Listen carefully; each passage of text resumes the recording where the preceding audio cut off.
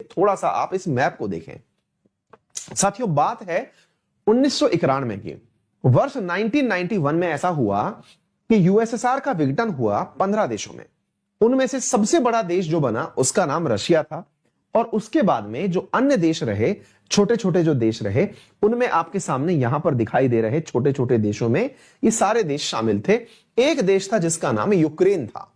ये बहुत सारे छोटे देश बने, जैसे रशिया था, Estonia, Latvia, Lithuania, Belarus, Ukraine, Moldova, Georgia, Armenia, Azerbaijan, Kazakhstan. ये तमाम देश यूएसएसआर के टूटने से 1991 में बने। 1991 में बने हुए इन देशों में रशिया का, जिसके साथ सबसे खराब इन दिनों संबंध चल रहा है, उसका नाम यूक्रेन है। मैं थोड़ा मैप को और जूम करके दिखाता हूं, अब आप देखिए। साथियों, ये पूरा की पूरा मैप है जिसमें एक तरफ आपको रशिया दिख रहा है, एक तरफ यूक्रेन दिख रहा है। साथियों, इस यूक्रेन को अगर आप ध्यान से देखें, अच्छा, ये जो पूरा पूरा आपको दिख रहा है ना डार्क कलर का, ये डार्क कलर वाला जो पूरा एरिया है, ये यूरोप है। साथियों, ये यूरोप, ये यूक्रेन, ये रशिया। हुआ क्या कि रशिया यूक्रेन के ऊपर कब्जा करना चाहता है। क्यों करना चाहता है, अब इसके पीछे की कहानी सुनिए। असल में ये यूक्रेन पूरा पूरा यूरोप के क्षेत्र में फंसा हुआ है। आप इधर देखिए, इस जोन को पहचानने का कार्य करिए। ये पूरा की पूरा यूरोप, उसमें घुसा हुआ है यूक्रेन। एक प्रकार से ये यूएसएसआर से टूट के बना हुआ वो देश है जो यूरोप की गोदी में जाके बैठा हुआ है। दूसरा कारण क्या है कि रशिया को लगता है कि यहां के जितने भी गैस भंडार हैं, उन गैस भंडारों के ऊपर यूरोपियन यूनियन कब्जा करना चाहती है। ऐसा हुआ भी। हुआ क्या कि इस यूक्रेन के नीचे एक छोटा सा, आपको यहां एक स्थान दिख रहा होगा, ये देखिए, एक छोटा सा स्थान आपको दिख रहा होगा ये। साथियों, इस जगह का नाम है क्रीमिया। इस जगह का नाम है क्रीमिया। इसके ऊपर सी ऑफ अजोव है, नीचे की तरफ ब्लैक सी है, बीच में कर्च है। कर्च कर्च करके यहां पर स्टेट ऑफ कर्च है। हुआ क्या, 2014 के अंदर रशिया ने इस वाले हिस्से पर, जो किसका है, ये वाला जो हिस्सा है, जो है तो यूक्रेन का, लेकिन इस हिस्से पर रशिया ने कब्जा कर लिया, और 2014 में ये हो गया कब्जा। बोले सर ये तो बहुत पुरानी बात है, वर्ष 2014 की बात है। अब 2014 की बात आज क्यों बता रहे हो? क्यों? क्योंकि 2014 की बात के ऊपर तो G8 से G7 बन गया था, रशिया को बाहर निकाल तो दिया था G8 से। ये तो बात बहुत पुरानी है। बहुत सही। आप लोग अगर अपडेटेड हैं इस न्यूज से कि रशिया ने यूक्रेन के एक हिस्से पर कब्जा कर लिया था, जो कि ये वाला आपको दिखाई दे रहा है, ये वाला हिस्सा तो दिख गया, लेकिन अभी रिसेंट डेज में कुछ और दिखा। और वो क्या दिखा? रशिया ने यूक्रेन के इस हिस्से पर भी दावा कर दिया है। कौन सा हिस्सा? ये वाला हिस्सा। अब आपको समझ में आ रहा है? कहने का अर्थ यह हुआ, पहले यूक्रेन का क्रीमिया वाला हिस्सा कब्जे में लिया। अब इसके बाद में इस वाले हिस्से की घटना क्या हुई कि यहां पर 4 यूक्रेन के सैनिकों को मार डाला। किसने मार दिया? रशिया की सेना ने। और चारों तरफ रशिया की सेना यहां आ चुकी है। आप पूछेंगे इस क्षेत्र का नाम क्या है? जैसे ये तो क्रीमिया था, समझ में आ गया। इसका नाम क्या है? आइए मैं आपको यहां ले चलता हूं। साथियों, इस क्षेत्र का नाम है डोनेस्क एंड लुनास्क। 2 शब्द हैं, याद रखिएगा। ये आपके सामने दोनों जगह हो गई। कौन कौन सी हो गई? एक का नाम है डोनेस्क, एक का नाम है लुहास्क। डोनेस्क और लुहास्क ये दोनों की दोनों डॉनबास रीजन के नाम से जाना जाता है। किस नाम से जाना जाता है? डॉनबास। जैसे आपने इस जगह को क्रीमिया के नाम से जाना, ऐसे ही ये वाली जो जगह है, ये डॉनबास रीजन के नाम से जानी जाती है। यानी कि रशिया पहले क्रीमिया पर कब्जा कर चुका है, अब ये वाला जो डॉनबास वाला रीजन है, यहां पर भी यही स्थिति अपना रहा है। अच्छा, अब आपको एक बात समझनी होगी। क्या समझनी होगी? कि सर रशिया जब यहां पर अटैक करने आता है, तो क्या इस क्षेत्र के रहने वाले लोग जो हैं वो कुछ नहीं कहते क्या? वास्तविकता में क्या है कि 1991 से पहले, 1991 से पहले तो ये सब लोग एक ही थे। जब सब लोग एक ही थे, तो यहां रहने वाले जो लोग बाग हैं वो वास्तविकता में रशियन मूल के हैं, यानी कि origin bye Russia, originated from Russia. यानी इस क्षेत्र के जो लोग हैं, ये जिस प्रकार की, मतलब एक प्रकार से मतलब कैटेगरी से या फिर एक प्रकार के संघ से बिलोंग करते हैं, तो वो रशियन एरिया से बिलोंग करते हैं, यानी कि इनकी जो नस्ल है वो रशिया वाली है। तो इन लोगों के अंदर मन में यह है कि हम रशिया में ही मिल जाते तो अच्छा होता। ऐसे लोगों को रशियन सेपरेटिस्ट कहा जाता है, जो इस क्षेत्र में रहते हैं। तो असल में इस क्षेत्र के अंदर लड़ाई किन किन की हो रही है? इस क्षेत्र में लड़ाई हो रही है यूक्रेन की सेना और साथ में रशियन सेपरेटिस्ट, जो यहां चाहते हैं कि यह हिस्सा कहां मिल जाए? रशिया में मिल जाए। दुनिया के देशों का आरोप है कि असल में इस पूरे क्षेत्र को भड़काने में जो हाथ है वो रशिया का है। ये कौन कह रहा है? ये कहने वाले हैं दुनिया के प्रमुख देशों में शामिल अमेरिका, यूके, जर्मनी, फ्रांस। और अब आपके दिमाग में एक सवाल बनेगा कि सर इस जगह की ऐसी इंपॉर्टेंस क्या है, ये तो बताओ। अब इसको थोड़ा समझने के लिए आप इस मैप को देखो साथियों। अगेन ये यूक्रेन, ये क्रीमिया, ये रशिया। असल में इंपॉर्टेंस क्या है इस जगह की कि इस क्षेत्र में जो ये यूक्रेन वाला हिस्सा है ना, यहां पर बहुत बड़ी मात्रा में नेचुरल गैस के वो हैं, क्षेत्र हैं, नेचुरल गैस पाए जाने के बहुत सारे संसाधन हैं, कुएं हैं, बहुत सारे गैस फील्ड हैं। इन गैस फील्ड से होकर के गैस यूरोप में बिकने जाती है। तो देखो यहां से गैस निकाली और निकाल के यूरोप में बिकने गई। जरा आप इसे देखिए, अगर आप इस फोटो को देख रहे हैं तो आपको समझ में आएगा। इस फोटो को देखिए, यहां से गैस निकलती है और यहां पर यूरोप में बिकने जाती है। इवन यूरोप में बिकने के लिए भूमध्य सागर से होते हुए भी आगे तक चली जाती है ये गैस। तो अब मुद्दा क्या है साथियों कि ये वाली जो गैस है, इस गैस को लेकर के यूरोपियन देश भी चाहते हैं कि हमारा यहां पर हक रहे। रशिया चाहता है कि प्राकृतिक संसाधनों पर उसका हक रहे। ऐसी स्थिति में होता क्या है, इस जगह पर गैस की लड़ाई के कारण यूक्रेन को अपनी गोदी में बिठाने के लिए तैयारी कर रहे हैं नाटो के सदस्य। वो नाटो कौन है? North Atlantic Treaty Organisation. ये कौन सा देश का संगठन है साथियों? ये अमेरिका के साथ में रहने वाले उन लोगों का संगठन है जिन्होंने कस्में खा रखी हैं कि यदि हम में से किसी के ऊपर भी हमला हुआ उसे अमेरिका पर हमला समझा जाएगा और उनके पक्ष में लड़ने के लिए खुद अमेरिका आएगा। तो अभी क्या कर रहा है ये यूक्रेन? ये नाटो में एंट्री करने की सारी कोशिश कर रहा है कि मुझे बस नाटो में ले लो। अब साफ सवाल बनता है कि यूक्रेन को नाटो में ले क्यों नहीं रहे? हर देश सोच रहा है कि जबरदस्ती युद्ध क्यों करें। लेकिन अगर ऐसे ही होने लगा तो दुनिया में ताकत रशिया की बढ़ जाएगी। रशिया की ताकत बढ़ जाएगी तो साहब ये बात तो किसको पसंद नहीं होगी? अमेरिका को पसंद नहीं होगी। क्योंकि अमेरिका क्या चाहता है? दुनिया पर वर्चस्व यानी हेजीमोनी ऑफ कंट्री अगर किसी की हो तो वो किसकी हो? केवल अमेरिका की हो। ऐसी स्थिति में वर्चस्व की लड़ाई चल रही है। वर्तमान की अगर मैं बात बताऊं तो अब तक रशिया और यूक्रेन के बीच की लड़ाई में 13,000 सिविलियंस की कैजुअल्टी हो चुकी है। 4100 के आसपास यूक्रेन की सैनिक मर चुके हैं। साथ में 5600 के आसपास सेपरेटिस्ट भी मर चुके हैं जो उस क्षेत्र में बैठे हुए हैं। अब सवाल यह बनता है कि यूएस क्या करेगा इस क्षेत्र में? तो मैं आपको बताता हूं साथियों, जब जो बाइडेन ने सबसे पहले सरकार में अपनी शपथ ली तो उन्होंने 4 प्रमुख मुद्दे दुनिया के सामने रखे रशिया के खिलाफ बोलते हुए। क्या क्या रखा? सबसे पहले तो उन्होंने यह कहा कि रशिया ने यूएस के इलेक्शंस में इंटरफेयर का कार्य किया। दूसरा, रशिया ने हमारे यहां पर सोलर विंड अटैक कराया। याद है आपको? कुछ दिन पहले ही, 3-4 दिन पहले ही मैंने आपको मॉर्निंग वाला जो वाईफाई स्टडी 2.0 पर अपन सेशन लेते हैं करंट अफेयर्स का, उसमें मैंने सोलर विंड अटैक बताया था आपको। तो इस पर जो बाइडेन ने कहा कि यह अटैक भी रशिया ने कराया। हमारे इलेक्शन में हेराफेरी कराने का प्रयास भी इसने किया। तीसरा, इनने कहा कि रशिया जो है वो अफगानिस्तान में भी अमेरिका की जो सेना है उसको टारगेट करवा रहा है तालिबान से।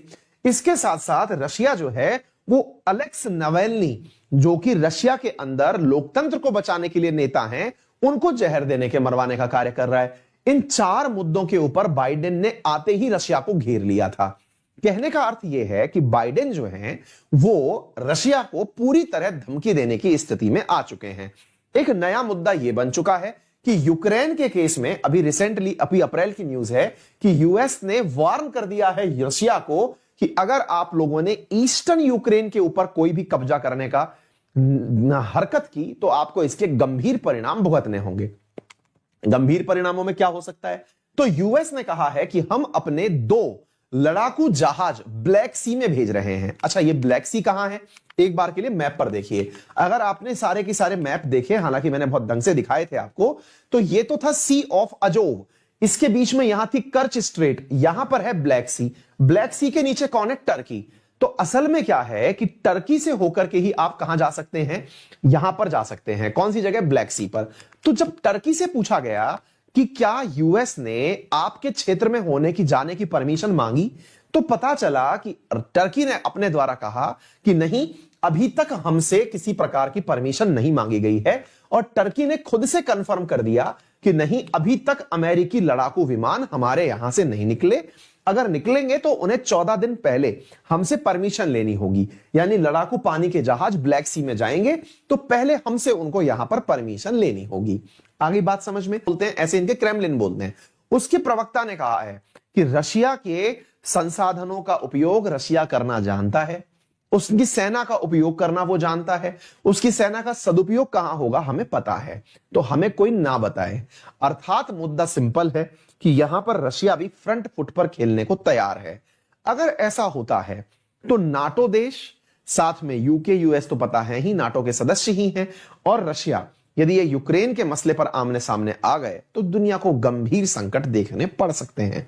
उम्मीद है आप सभी साथियों को पूरा मुद्दा बहुत सरल रूप में बहुत कम समय में समझ में आ गया होगा। क्लियर? तो उम्मीद है फिलहाल के लिए इतना ही सेशन आपके लिए पर्याप्त होगा। इसी प्रकार के सेशन और कंटेंट के लिंक प्राप्त करने के लिए आप मेरे साथ मेरे टेलीग्राम चैनल अंकित अवस्थी सर पर ज्वाइन कर सकते हैं।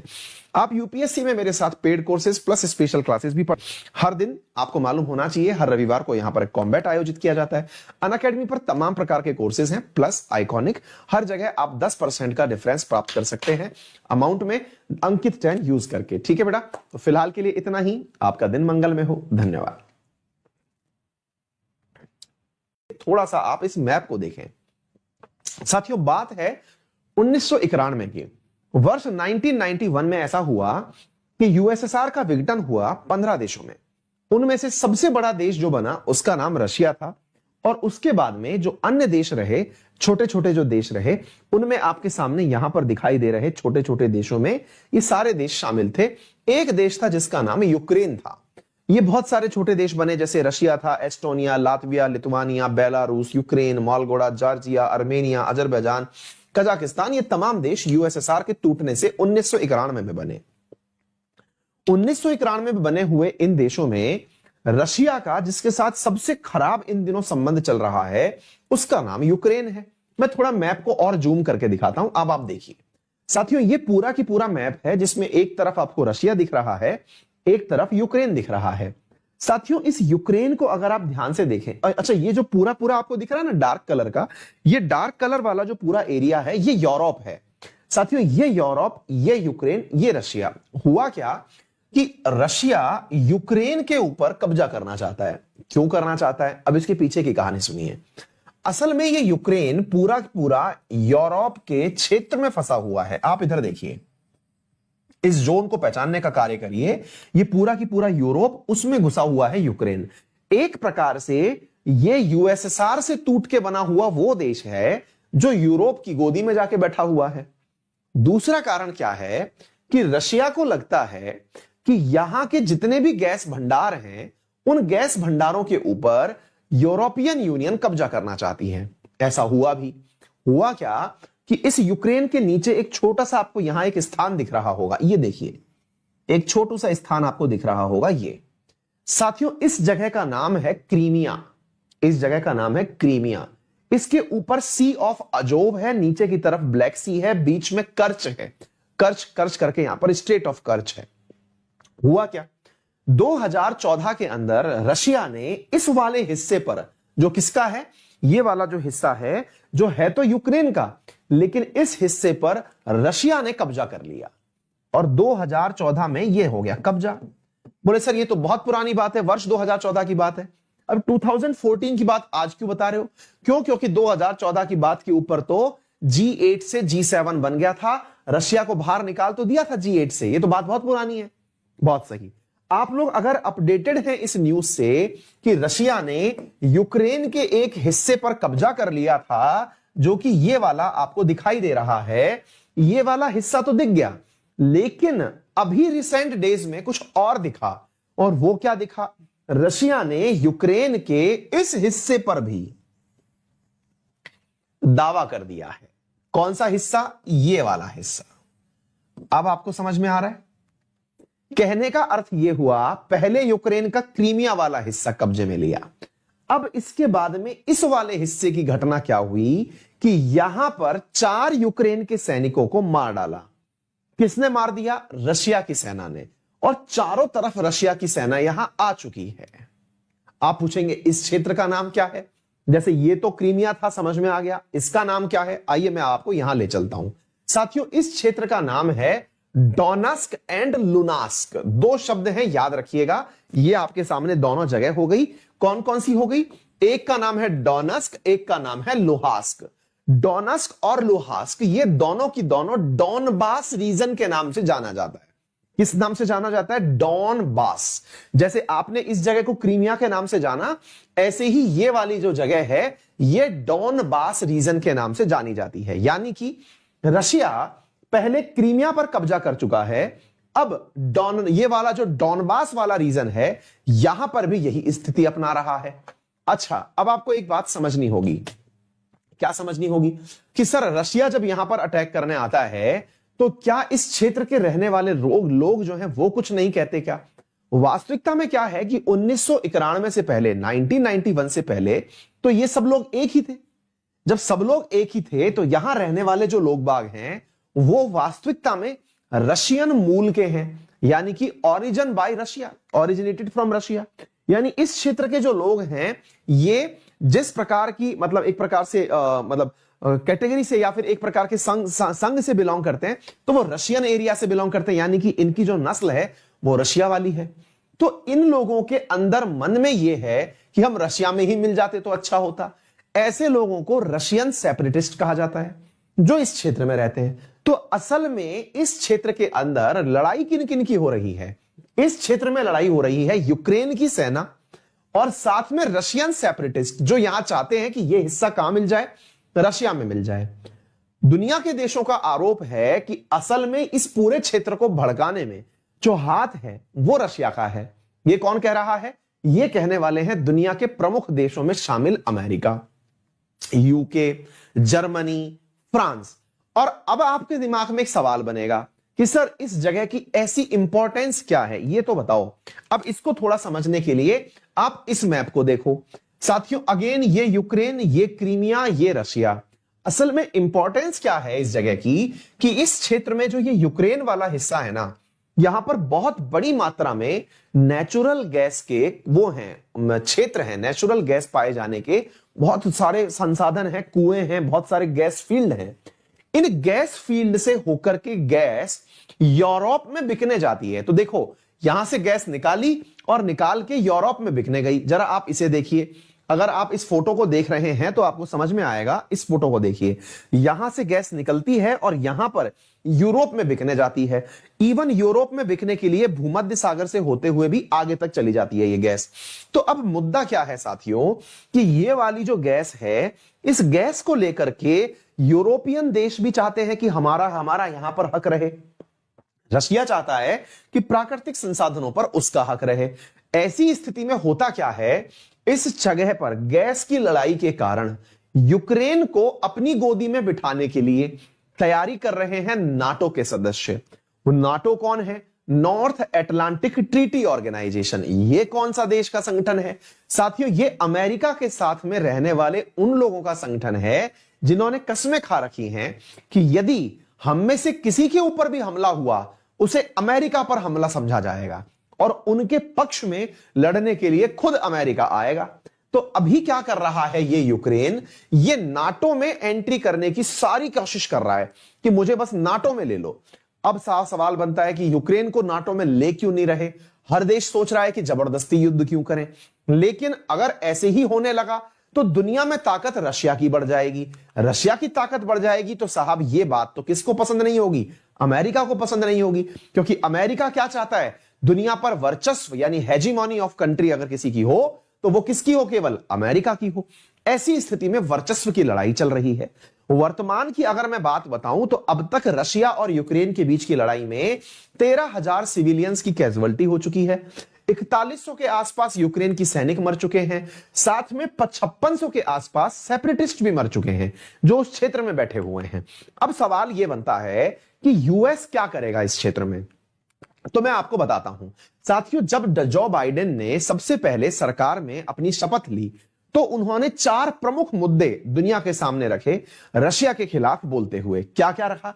सबसे पहले तो उन्होंने यह कहा कि रशिया ने यूएस के इलेक्शंस में इंटरफेयर का कार्य किया। दूसरा, रशिया ने हमारे यहां पर सोलर विंड अटैक कराया।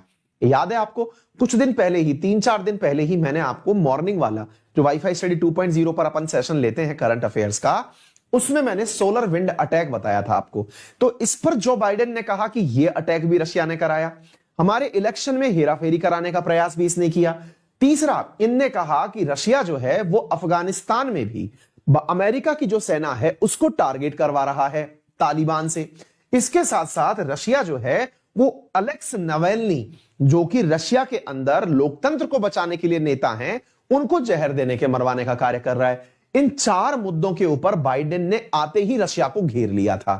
कहने का अर्थ यह है कि बाइडेन जो है वो रशिया को पूरी तरह धमकी देने की स्थिति में आ चुके हैं। एक नया मुद्दा यह बन चुका है कि यूक्रेन के केस में अभी रिसेंटली, अभी अप्रैल की न्यूज है कि यूएस ने वार्न कर दिया है रशिया को कि अगर आप लोगों ने ईस्टर्न यूक्रेन के ऊपर कोई भी कब्जा करने का हरकत की तो आपको इसके गंभीर परिणाम भुगतने होंगे। गंभीर परिणामों में क्या हो सकता है?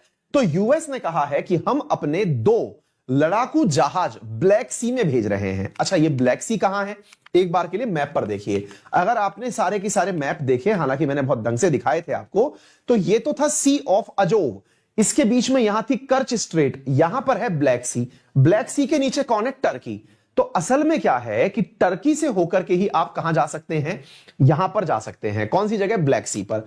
तो जब टर्की से पूछा गया कि क्या यूएस ने आपके क्षेत्र में होने की जाने की परमिशन मांगी, तो पता चला कि टर्की ने अपने द्वारा कहा कि नहीं, अभी तक हमसे किसी प्रकार की परमिशन नहीं मांगी गई है। और टर्की ने खुद से कंफर्म कर दिया कि नहीं, अभी तक अमेरिकी लड़ाकू विमान हमारे यहां से नहीं निकले।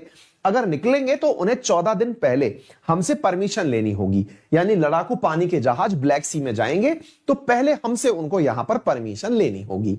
आगे बात समझ में? बोलते हैं ऐसे, इनके क्रेमलिन बोलते हैं।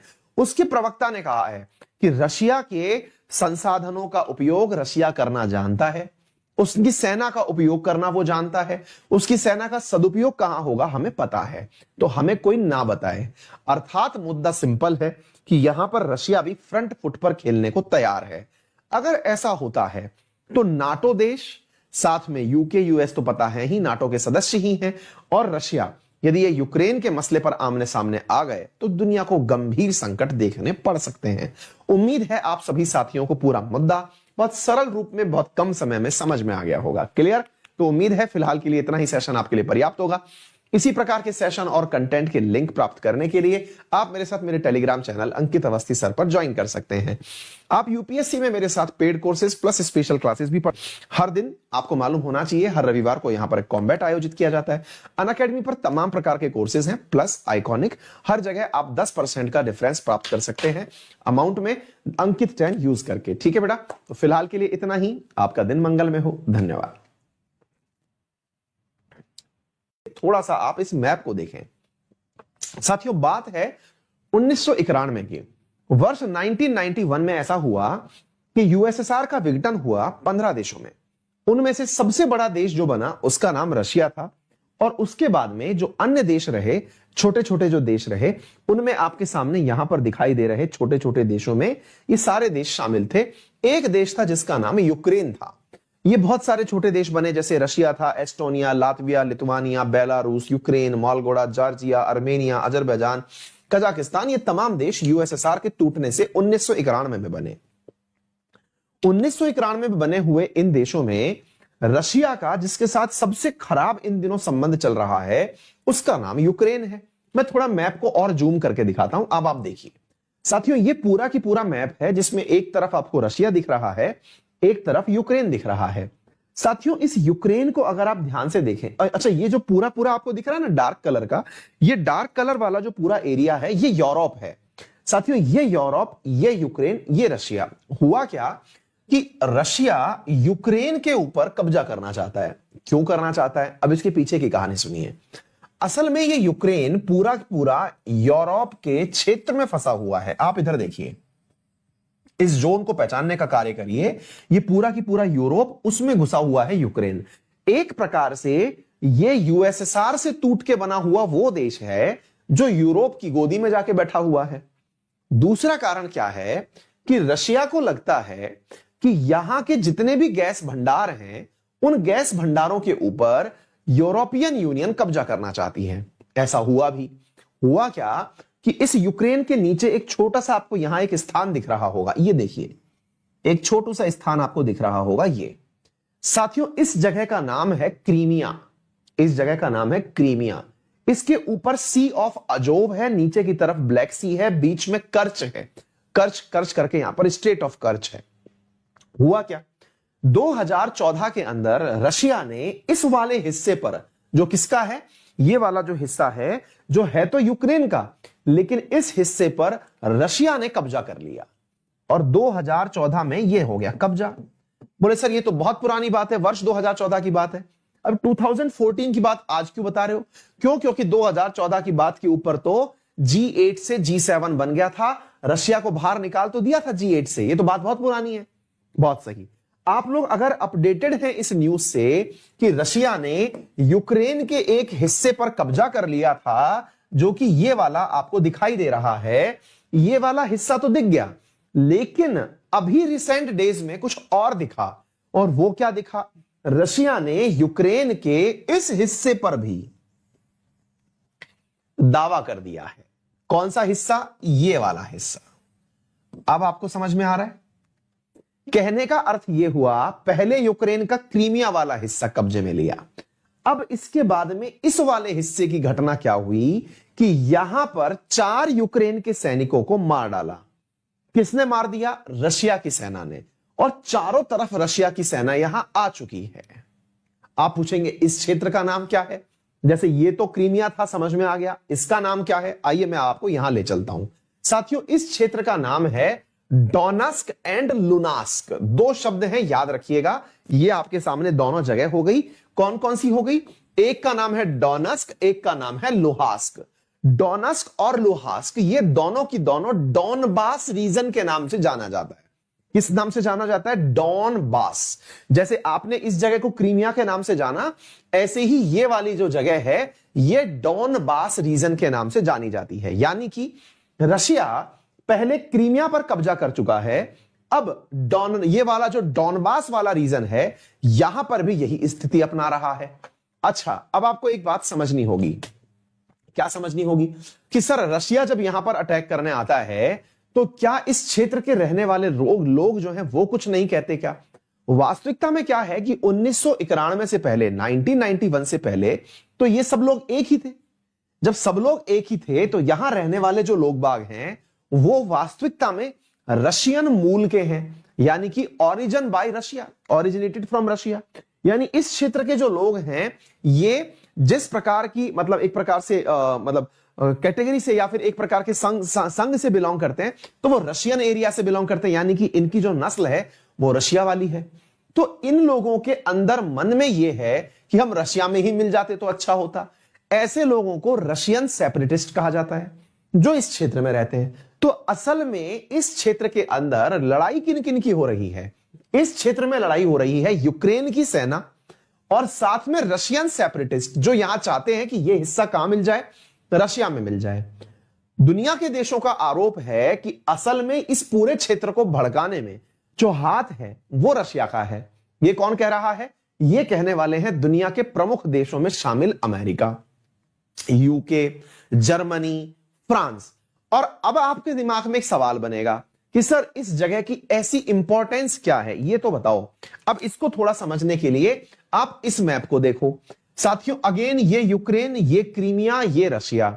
असल में इंपॉर्टेंस क्या है इस जगह की कि इस क्षेत्र में जो ये यूक्रेन वाला हिस्सा है ना, यहां पर बहुत बड़ी मात्रा में नेचुरल गैस के वो हैं, क्षेत्र हैं, नेचुरल गैस पाए जाने के बहुत सारे संसाधन हैं, कुएं हैं, बहुत सारे गैस फील्ड हैं। इन गैस फील्ड से होकर के गैस यूरोप में बिकने जाती है। तो देखो, यहां से गैस निकाली और निकाल के यूरोप में बिकने गई। जरा आप इसे देखिए, अगर आप इस फोटो को देख रहे हैं तो आपको समझ में आएगा। इस फोटो को देखिए, यहां से गैस निकलती है और यहां पर यूरोप में बिकने जाती है। इवन यूरोप में बिकने के लिए भूमध्य सागर से होते हुए भी आगे तक चली जाती है ये गैस। तो अब मुद्दा क्या है साथियों, कि ये वाली जो गैस है, इस गैस को लेकर के यूरोपियन देश भी चाहते हैं कि हमारा हमारा यहां पर हक रहे। रशिया चाहता है कि प्राकृतिक संसाधनों पर उसका हक रहे। ऐसी स्थिति में होता क्या है, इस जगह पर गैस की लड़ाई के कारण यूक्रेन को अपनी गोदी में बिठाने के लिए तैयारी कर रहे हैं नाटो के सदस्य। वो नाटो कौन है? North Atlantic Treaty Organisation. ये कौन सा देश का संगठन है साथियों? ये अमेरिका के साथ में रहने वाले उन लोगों का संगठन है जिन्होंने कस्में खा रखी हैं कि यदि हम में से किसी के ऊपर भी हमला हुआ, उसे अमेरिका पर हमला समझा जाएगा और उनके पक्ष में लड़ने के लिए खुद अमेरिका आएगा। तो अभी क्या कर रहा है ये यूक्रेन? ये नाटो में एंट्री करने की सारी कोशिश कर रहा है कि मुझे बस नाटो में ले लो। अब साफ सवाल बनता है कि यूक्रेन को नाटो में ले क्यों नहीं रहे? हर देश सोच रहा है कि जबरदस्ती युद्ध क्यों करें। लेकिन अगर ऐसे ही होने लगा तो दुनिया में ताकत रशिया की बढ़ जाएगी। रशिया की ताकत बढ़ जाएगी तो साहब ये बात तो किसको पसंद नहीं होगी? अमेरिका को पसंद नहीं होगी। क्योंकि अमेरिका क्या चाहता है? दुनिया पर वर्चस्व यानी हेजीमोनी ऑफ कंट्री अगर किसी की हो तो वो किसकी हो? केवल अमेरिका की हो। ऐसी स्थिति में वर्चस्व की लड़ाई चल रही है। वर्तमान की अगर मैं बात बताऊं तो अब तक रशिया और यूक्रेन के बीच की लड़ाई में 13,000 सिविलियंस की कैजुअल्टी हो चुकी है। 4100 के आसपास यूक्रेन की सैनिक मर चुके हैं। साथ में 5500 के आसपास सेपरेटिस्ट भी मर चुके हैं जो उस क्षेत्र में बैठे हुए हैं। अब सवाल यह बनता है कि यूएस क्या करेगा इस क्षेत्र में? तो मैं आपको बताता हूं साथियों, जब जो बाइडेन ने सबसे पहले सरकार में अपनी शपथ ली तो उन्होंने 4 प्रमुख मुद्दे दुनिया के सामने रखे रशिया के खिलाफ बोलते हुए। क्या क्या रखा? सबसे पहले तो उन्होंने यह कहा कि रशिया ने यूएस के इलेक्शंस में इंटरफेयर का कार्य किया। दूसरा, रशिया ने हमारे यहां पर सोलर विंड अटैक कराया। याद है आपको?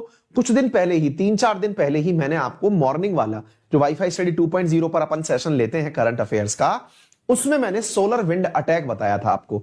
तो इस पर जो बाइडेन ने कहा कि यह अटैक भी रशिया ने कराया। हमारे इलेक्शन में हेराफेरी कराने का प्रयास भी इसने किया। तीसरा, इनने कहा कि रशिया जो है वो अफगानिस्तान में भी अमेरिका की जो सेना है उसको टारगेट करवा रहा है तालिबान से। इसके साथ साथ रशिया जो है वो अलेक्स नवेल्नी, जो कि रशिया के अंदर लोकतंत्र को बचाने के लिए नेता हैं, उनको जहर देने के मरवाने का कार्य कर रहा है। इन 4 मुद्दों के ऊपर बाइडेन ने आते ही रशिया को घेर लिया था। कहने का अर्थ यह है कि बाइडेन जो है वो रशिया को पूरी तरह धमकी देने की स्थिति में आ चुके हैं। एक नया मुद्दा यह बन चुका है कि यूक्रेन के केस में अभी रिसेंटली, अभी अप्रैल की न्यूज है कि यूएस ने वार्न कर दिया है रशिया को कि अगर आप लोगों ने ईस्टर्न यूक्रेन के ऊपर कोई भी कब्जा करने का हरकत की तो आपको इसके गंभीर परिणाम भुगतने होंगे। गंभीर परिणामों में क्या हो सकता है? तो यूएस ने कहा है कि हम अपने 2 लड़ाकू जहाज ब्लैक सी में भेज रहे हैं। अच्छा, ये ब्लैक सी का